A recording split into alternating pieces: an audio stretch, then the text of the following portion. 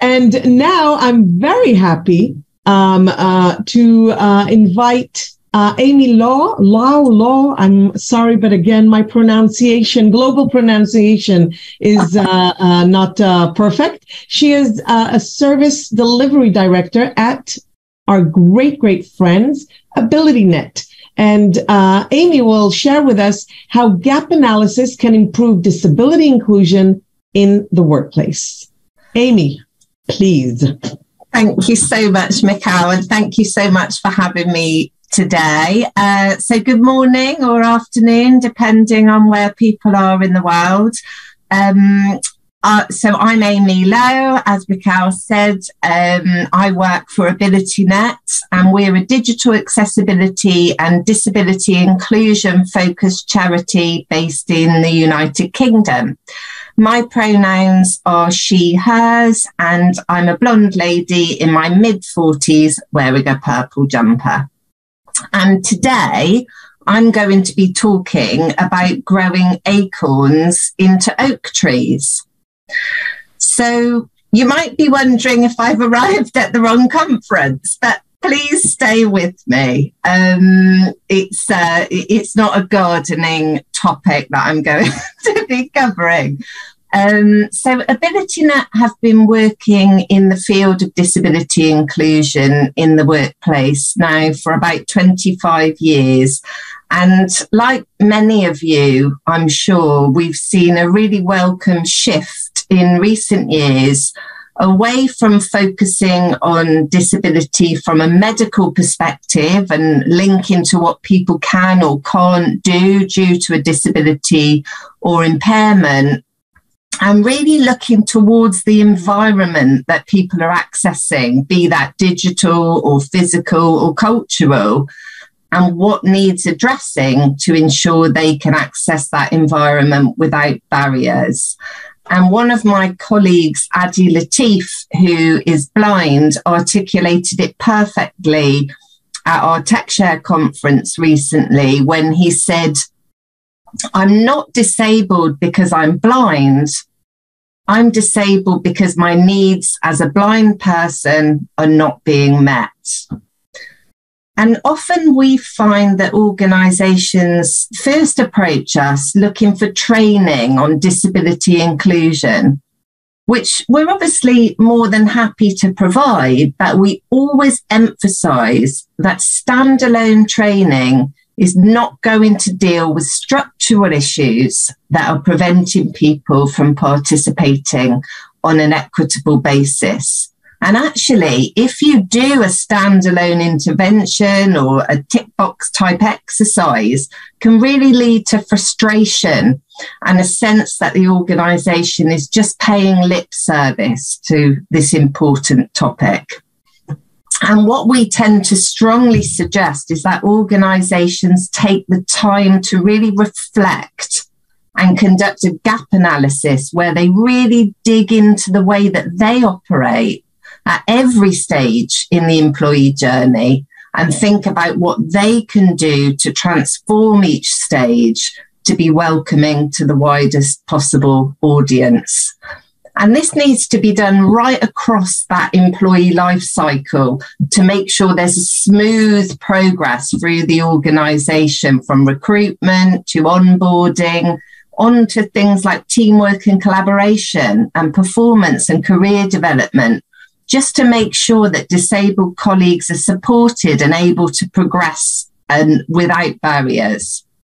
So going back to where I started, we liken this process to planting, nurturing and growing a fully mature oak tree.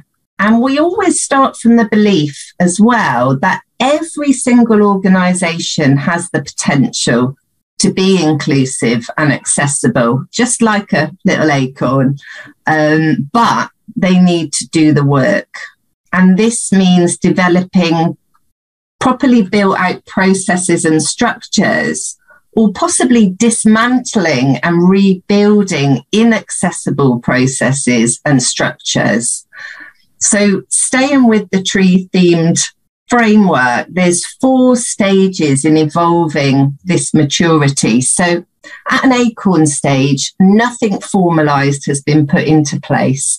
And there's an assumption, which is likely to be a wrong assumption, that the organisation doesn't currently have any disabled staff or customers and will just cross that bridge when it comes to it. Now, that doesn't mean that there aren't individuals within the organisation that are working in an accessible, inclusive way, but it's going to be luck of the draw whether disabled colleagues or customers are able to benefit from that. Stage 2 is a seedling. So this is when the tree begins to sprout from the ground. And this is where the organisation is aware that disabled people exist in the organisation, but there's still a reliance on them to come forward, request adjustments, explain what the adjustments need to be, and sometimes prove that they're reasonable requests. Now, this is obviously an improvement on the acorn situation, but it is likely to mean that some people will feel uncomfortable or worried about requesting support. And so they'll either remain quiet or they might just leave. Stage 3 is the sapling or a young tree, and this is the great step forward.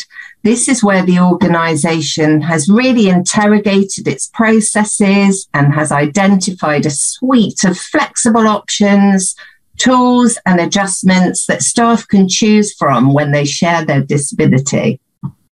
This is fantastic because A, it makes it clear that disabled people have been considered, and it takes some of the effort out of it for people needing to specify what they need and perhaps wait a long time to get that in place.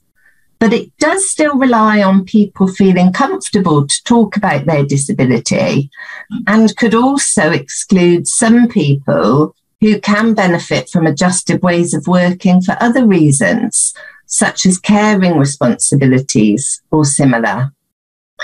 So that brings us to stage 4, the mature tree stage. And this is where the organisation has kind of clicked that opening up the options for flexibility, assistive technology, and adjusted ways of working is going to help everyone. And this way, people can make choices to work the way that suits them, get productivity or well-being benefits from assistive tools, and also have open discussions about their preferences and strengths. And that payoff of growing into an oak tree is huge, as the organisation can then benefit from the widest pool of candidates and also has a working environment that is more flexible, more comfortable, and more productive for everyone. And it also means that the organisation is prepared and geared up to support a range of ways of working. So wait times in getting set up for success are reduced or eliminated. So to sum up, building an environment in which everyone can thrive is not a quick tick box exercise. You need to do the work. You need to water the acorn and take deliberate and planned steps to help it grow. But if you make the commitment to doing the work, it will have a huge impact on your organisation in the longer term. And invariably, it always brings about some really brilliant quick wins to improve the employee experience along the way.